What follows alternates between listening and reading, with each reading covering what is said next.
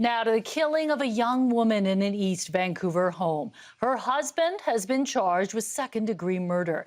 It is the city's 10th homicide this year. As CTV's Ben Milger reports, advocacy groups say it's time for the province to take urgent action on the troubling number of women facing violence from their partners. Police say a 911 call brought them to this Rupert Street house late Friday evening, where they made a gruesome discovery.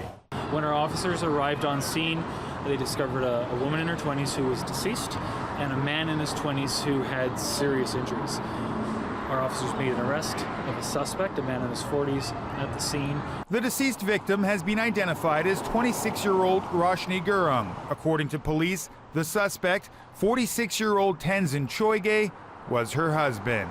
When we're talking about femicide, half of the women that were killed in British Columbia in 2024 were killed by their intimate partner, and that is appalling to us. On the International Day for the Elimination of Violence Against Women, YWCA Metro Vancouver is rolling out this ad campaign.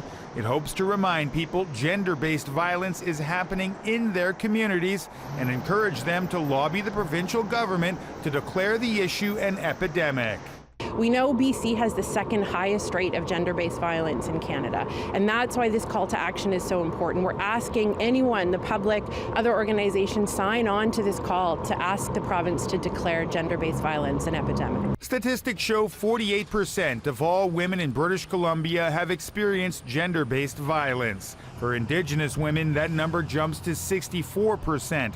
The Ministry of the Attorney General has requested research into the problem and may be open to declaring it an epidemic. Absolutely.